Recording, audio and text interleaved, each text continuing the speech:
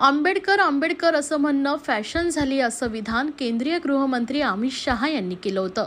त्या निषेधार्थ राष्ट्रवादी काँग्रेस शरदचंद्र पवार पक्षाचे राष्ट्रीय सरचिटणीस डॉक्टर जितेंद्र आव्हाड, शिवसेना नेते राजन विचारे यांच्या उपस्थितीत महाविकास आघाडीने ठाणे स्टेशन परिसरात जोरदार निदर्शनं केले। या प्रसंगी डॉक्टर जितेंद्र आव्हाड यांनी आंबेडकर हे नाव आमची पॅशन आहे, अमित शहा हे ज्या पक्षात आहेत त्यांच्या मातृसंस्थेने संविधानाला विरोध केला होता, आता शहांच्या विधानानं भाजपच्या मनात काय आहे ते उघडकीस आले अशी टीका केली आहे। राष्ट्रवादी काँग्रेस शरदचंद्र पवार पक्ष, काँग्रेस, शिवसेना, आप, सपा या आदी पक्षांनी ठाणे स्टेशन परिसरातील डॉक्टर बाबासाहेब आंबेडकर यांच्या पुतळ्यासमोर अमित शहा यांच्या निषेधार्थ आंदोलन केलं आहे। या प्रसंगी आंदोलकांनी मोदी शहा यांच्या विरोधात जोरदार घोषणाबाजी केली। तडीपार तो तडीपार, त्याला काय समजणार घटनाकार, संविधान आमचा अभिमान, डॉक्टर बाबासाहेब आंबेडकर हमारे भगवान, अमित शहा मुर्दाबाद अशा घोषणा यावेळी देण्यात आल्या आहेत। आज महाविकास आघाडीच्या माध्यमातून या ठिकाणी हे आंदोलन छेडलेलं आहे। मला वाटतं संपूर्ण देशामध्ये संतापाची लाट निर्माण झालेली आहे आणि सर्व ठिकाणी लोक रस्त्यावर उतरून त्याचा निषेध करतायत। ज्या महामानव डॉक्टर बाबासाहेब आंबेडकरांच्या माध्यमातून आपल्या या देशाला संविधान मिळालं आणि या देशाला दिशा देण्याचं काम या संविधानाच्या माध्यमातून झालेलं आहे आणि त्या पार्लमेंटमध्ये या ठिकाणी जो काय अपमान केलेला आहे त्याचा निषेध करण्यासाठी आज आम्ही इथे जमलेलो आहोत। मला वाटतं देशाचे गृहमंत्री यांनी राजीनामा द्यायला पाहिजे आणि आज संपूर्ण देशामध्ये संपूर्ण लोक रस्त्यावर उतरलेले आहेत। त्यांच्या मनात पक्क काय आहे हे अमित शहांच्या बोलण्यावरून स्पष्ट झालं। आंबेडकर आंबेडकर आंबेडकर आंबेडकर आंबेडकर आंबेडकर आंबेडकर आंबेडकर आंबेडकर आंबेडकर आंबेडकर आंबेडकर आंबेडकर आंबेडकर आंबेडकर आंबेडकर आंबेडकर आंबेडकर आंबेडकर हे कोणाला फॅशन वाटते का? जेव्हा माणूस हे म्हणतो ना तेव्हा त्याच्या इथनं आलेलं असतं। इथनं आंबेडकर फैशन नहीं, फैशन है फैशन। इसको समझो, ये हमारे अंतरात्मा की आवाज़ है, इसको फैशन मत कहो। और तुम जो स्वर्ग की दिशा दिखाने चाहते हो ना, अरे इससे हमको इंसान कह के इस दुनिया में तो जीने दो। हमको नरक से बाहर निकाला डॉक्टर बाबा साहब अम्बेडकर, वरना हमको तो जीने नहीं देते आप। हमको स्वर्ग नहीं चाहिए, हमको स्वर्ग क्या है देखा भी नहीं हमने, पर हमको ये मालूम है हम उसका नाम लेंगे कम से कम नरक से तो बच जाएंगे। और ये कहने की आपकी हिम्मत ही बताती है कि आप कितने मनुवादी है। और मैं देश और महाराष्ट्र को याद दिलाना चाहता हूँ कि संविधान के ऊपर सबसे बड़ा हमला अगर कहीं हुआ है तो 1950 में जब इन लोगों ने कहा था कि संविधान हमारे लिए नहीं, हमारा संविधान मनुस्मृति है। ये मैं नहीं कह रहा हूँ, ये इनकी मातृ संगठन आरएसएस ने कहा था।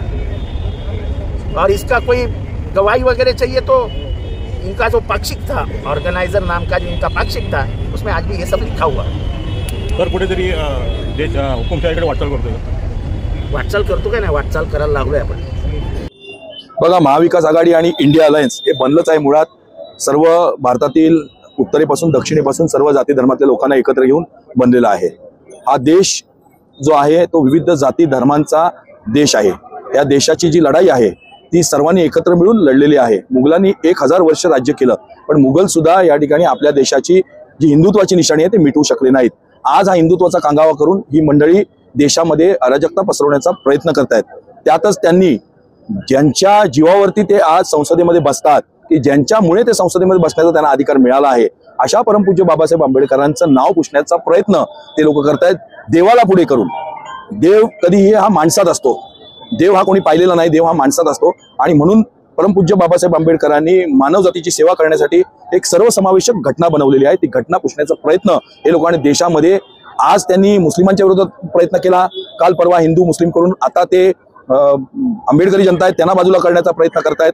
कुठेतरी एका विशिष्ट जाती धर्माच्या लोकांना एकत्र करून बाकीच्या लोकांना बाजूला करून हा देश हातात घ्यायचा प्रयत्न करतायत, भांडवलशाही या ठिकाणी माजवण्याचा प्रयत्न करतात। त्याचा विरोध महाविकास आघाडी इंडिया अलायन्स सातत्याने करेल। बाबासाहेबांबद्दल जे काढलेले उद्गार आहेत त्याच्याबद्दल संपूर्ण देशभरात निषेध आंदोलन होत आहे आणि म्हणून ठाणे शहरामध्ये महाविकास आघाडी आणि इंडिया अलायन्स तर्फे सन्माननीय राजन विचारे साहेब असतील, जितेंद्र आव्हाड साहेब असतील आणि इतर सर्व पक्षाचे कार्यकर्ते आणि अध्यक्ष सुहास देसाई, केदार दिघे, नरेश मणेरा सगळे आणि महिला आघाडी प्रमुख सगळ्यांच्या आणि फ्रंटलच्या कार्यकर्त्यांच्या बरोबर घेऊन नेतृत्वाखाली जितेंद्र आव्हाड, राजन विचारे साहेब यांच्या नेतृत्वाखाली हे आंदोलन जातीच्या नावावर राजकारण करण्याचा प्रयत्न करेल। त्यावेळेस ठाणे शहरामध्ये ही महाविकास आघाडी ठामपणे त्यांच्या विरोधात उभी राहणार। वाटचाल करत आहे.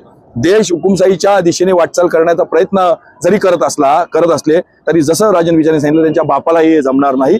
कारण का जोपर्यंत देशामध्ये आपल्यासारखे कार्यकर्ते तुमच्यासारखे निर्भीड पत्रकार जिवंत आहेत, या ठिकाणी जनता जोपर्यंत सक्षम आहे तोपर्यंत देशाची घटना किंवा हुकुमशाही होणार नाही. आपला देश हा या जगातील सर्वात मोठा लोकतांत्रिक देश म्हणून ओळखला जातो आणि त्याची ओळख पुसण्याचं काम जर अमित शहा आणि नरेंद्र मोदी हे दोघं मिळून करत असतील तर ते शक्य होऊ देणार नाही. संघालाही ते मान्य नाही आणि त्यामुळे हे होणार नाही. भविष्यामध्ये ही दोन नावं क्षितिजावरून पुसली जातील, मात्र देश एक संघ राहणार, कायम राहणार.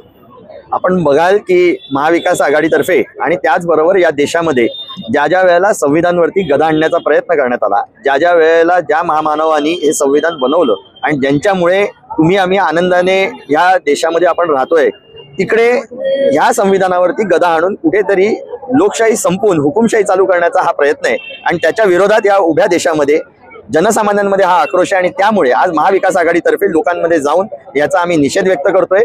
आपण जर का बघाल की निषेध इकडे चाललेला आहे, पण सर्वसामान्य जनता तिकडे जी बससाठी उभे आहे तिथनं देखील एक भीमसैनिक जोरजोरात घोषणा देतोय. याचा अर्थ असा आहे जिकडे जिकडे अन्याय होतोय तिकडे लोकांचे डोळे उघडत आहेत आणि लोक याच्या विरोधात कडाडून विरोध करतात. त्यांनी जो प्रकार केलेला आहे तो घृणास्पद प्रकार आहे, एकदम घृणा आणणारा प्रकार आहे. ह्या देशातल्या लोकांची चुकी आहे की अशा अनपढ गवार लोकांना आपण नेते म्हणून देशाच्या उच्च स्थानावर बसवले. ज्या स्थानावर बसवले ते स्थान सुद्धा डॉक्टर बाबासाहेब आंबेडकरांनी सिद्ध केले किंवा स्थापन केलेले. कुणी बसावं, कशासाठी बसावं, लायकी नाही हो यांची. मी तर म्हणतो या गृहमंत्र्यांनी लोकांनी मागण्यापेक्षा स्वतःनी राजीनामा निघून जावा, नाहीतर यांचा एक दिवस हिटलर होईल 100%.